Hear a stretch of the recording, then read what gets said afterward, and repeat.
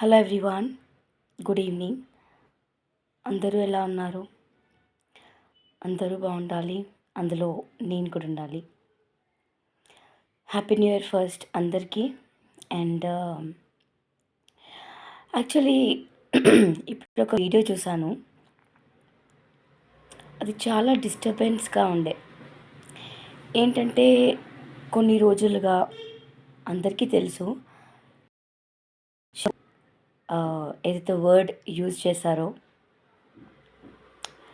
ఆ వర్డ్కి రిప్లైగా అనసూయ, ఇంకా రాశి గారు, హీరోయిన్స్, ఇలా చాలామంది ఒక కాంట్రవర్షియల్గా నడిచింది.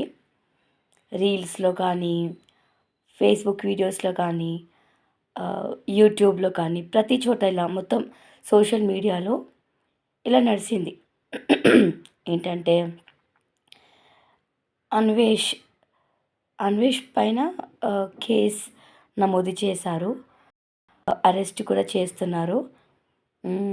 ఏంటంటే తను హిందూయిజంకి అగేన్స్ట్గా మాట్లాడాడు, అతను ఒక హిందువేనా అన్నట్టు దేశద్రోహి అని ఒక ముద్ర వేశారు అన్వేష్ గారి మీద. మీ అందరికీ తెలిసే ఉంటుంది, అన్వేష్ ఛానల్ని చాలామంది సబ్స్క్రైబ్ చేశారు. బట్ ఈ సిట్యుయేషన్, ఈ కాంట్రవర్సీ ఎప్పుడైతే నడిచిందో అప్పటి నుంచి చాలామంది అన్సబ్స్క్రైబ్ చేశారు అన్వేష్ ఛానల్ని. అయితే ఇప్పుడు నేను చూసిన వీడియోలో అందులో ఏముందంటే, అన్వేష్ అలా సీత అని వర్డ్ యూజ్ చేశాడు కదా, అది ఎగ్జాంపుల్గా యూజ్ చేశాడు. అంటే లైక్ అప్పట్లో మోడర్న్ డ్రెస్సెస్ లేకుండే కదా, సో సీతమ్మతోని కూడా రాంగ్ జరిగింది. మరి అప్పట్లో వాళ్ళు శారీస్ వేసుకుంటుండే కదా, చాలా పద్ధతిగా ఉంటుండే.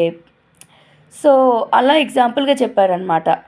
అంటే దృష్టి అనేది మన నేత్రాల మీద ఉంటుంది కానీ వాళ్ళ బట్టల్లో లేదు, తప్పు అన్నట్టు, తప్పు వాళ్ళ బట్టల్లో లేదన్నట్టు అతను అలా ఎగ్జాంపుల్గా చెప్పాడు. తప్పు అనేది మన దృష్టిలో ఉంటుంది, తప్పు అనేది ఆ డ్రెస్సెస్లో ఉండదు.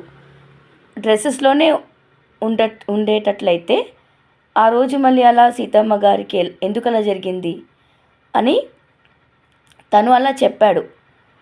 దాన్ని మొత్తం ట్రోల్ చేసి దేశద్రోహి అని మళ్ళీ కేసులు, కరాటే కళ్యాణి గారు అన్వేష్ మీద కేసులు, ఈ అనసూయ మీద ట్రోలింగ్స్, ఇవన్నీ ఎంత సిల్లీగా అనిపిస్తుంది కదా. ఇవన్నీ జస్ట్ ఎంటర్టైన్మెంట్ పర్పస్ అంతే. బట్ ఎట్ లాస్ట్ పాపం అన్వేష్ తన చెప్పిన దానికి సారీ కూడా చెప్పాడు తన వీడియోస్లో. సారీ అంటే క్షమాపణ అడిగాడు, శివాజీ గారితో అందరితో క్షమాపణ అడిగాడు. హోప్ క్షమాపణ అడిగిన తర్వాత తన మీద వేసిన ముద్ర పోతుంది. అండ్ తన లూజ్ అయిన సబ్స్క్రైబర్స్ మళ్ళీ తిరిగి రావాలని మనస్ఫూర్తిగా కోరుకుంటున్నాను. అండ్ ఎంతవరకు కరెక్ట్ అన్వేష్ గారు అంటే తను చెప్పింది కరెక్టే కదా, మళ్ళీ మీరేమంటారు?